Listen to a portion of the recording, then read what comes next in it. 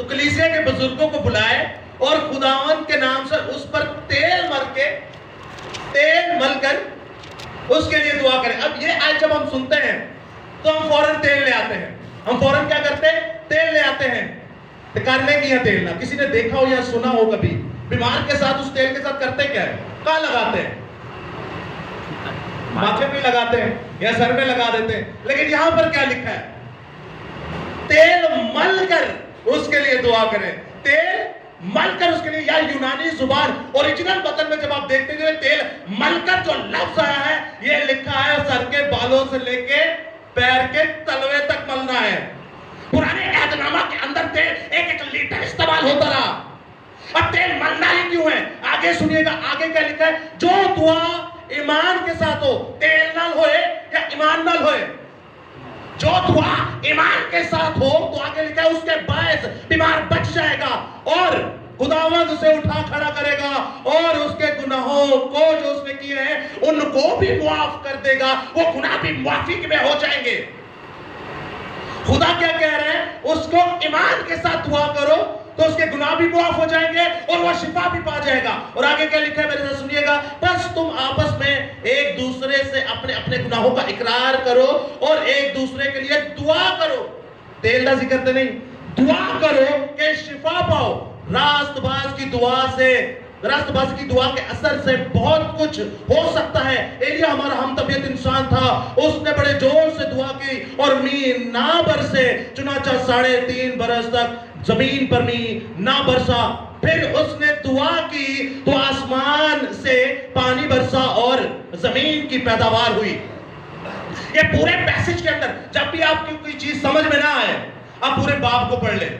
پورے باب کو پڑھ لیں آپ کو سمجھ میں آ جائے گا. اب یہاں پر خداوند کیا فرما رہا ہے؟ کہیں پر تیل کا ذکر نہیں. صرف ایک جگہ پر ذکر ہے جب تم بیمار ہو. کب ہو؟ بیمار ہو. جب تم بیمار ہو تو کلیسیا کے بزرگوں کو بلاؤ. کلیسیا کے بزرگوں کو بلاؤ. اب یہاں پر لفظ کلیسیا لکھا ہوا ہے. کس کا لکھا ہے؟ کلیسیا لکھا. ان کو مت بلانا جو بھیڑ کی شکل میں بھیڑیے ہو. ان کو مت بلانا جو جھوٹے رسول ہو. ان کو مت بلانا جو جھوٹے نبی ہو. ان کو مت بلانا جو جھوٹے پاسبان ہو. جو کلیسیا کے لوگ ہو. بزرگ پاکیزگی میں آتا ہے اور کلیسیا بھی پاکیزگی یعنی علیحدہ کی ہوئی خدا کی پاک جماعت. لیکن آج بہتیرے بھیڑ کی شکل میں بھیڑیے ہیں. سنیے گا اب خداوند کیا فرماتا ہے آگے. اسی آیت کو نوٹ کیجئے گا غور سے کہ اگر تم میں سے کوئی بیمار ہو تو کلیسیا میں سے بزرگ کو بلائے اور خداوند اس کے نام سے اس پر تیل مل کر اس کے لیے کیا کرے؟ دعا کرے. ہون لیا کہہ رہے ہوتے تیل ملو تے نال کی کرو اے لئی دعا کرو. تیل بھی ملو تے نال کی کرو؟ دعا بھی کرو. لیکن ایلیا نے دعا نہیں کی. دعا کی لیکن تیل نہیں ملا. اس کے بعد جو بھی کام ہوتے رہے ان میں تیل کا کوئی کنٹریبیوشن نہیں ہے. لیکن بیماروں کے لیے خداوند نے کہا کیا کرو؟ تیل لاؤ اور ملو. اور یونانی زبان میں ملنے کا مطلب جو استعمال ہوا ہے وہ سر کے بالوں سے لے کے پاؤں کے تلوے تک. کیوں؟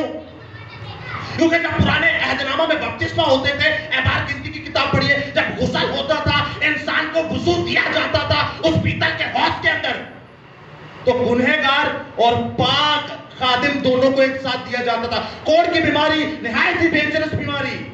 اس کو جب پاک کر کے بپتسمہ دیا جاتا غسل دیا جاتا اور ساتھ میں دوسرا جو سردار کاہن بننے کو تھا ان دونوں کو ایک ہی جگہ پر بپتسمہ دیا جاتا اور دونوں کے لیے کبوتروں کی قربانی ہوتی.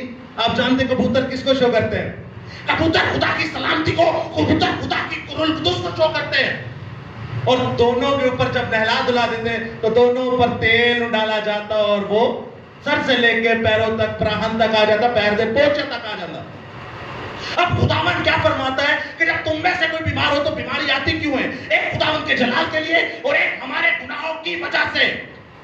یعقوب کے خط میں اسی کے پیچھے چلے جائیں تو خواہش جو ہے وہ گناہ پیدا کرتی ہے اور گناہ موت کو جنتا ہے. ہماری خواہشیں ہمیں لے ڈوبتی ہیں. اب جب ہم بیمار ہوتے تو خدا فرماتا ہے تیرا بدن آلودہ ہو چکا ہے, تیرا بدن گناہ میں پڑ چکا ہے, تو نے اپنی خواہشیں آگے رکھی اور خدا کو پیچھے رکھا. اب تو گناہگار ہو چکا ہے, اب تو بیمار ہو چکا ہے, تیرے بدن کے اندر بیماری آ چکی ہے. میں تجھے چاہتا ہوں کہ جیسے میرا شروع سے ایک سسٹم بنا ہوا ہے اس کو تیل ملو اوپر سے نیچے تک اور خدا کے بزرگوں کو کو, کلیسیا کے بزرگوں کو, کسی اور کو نہیں, کلیسیا کے بزرگوں کو بلاؤ, وہ دعا کرے, یسوع کے نام میں دعا کرے, یسوع کے نام میں دعا کرے. یسوع اس کو پھر سے بحال کرے گا, نامولود بچے کی طرح کرے گا, اس کے گناہ بھی معاف کرے گا اور اسے شفا بھی بخشے گا. Hallelujah, hallelujah. یسوع کے نام میں ایک بار زوردار تالیاں. ذرا تھپڑ کے بجاؤ.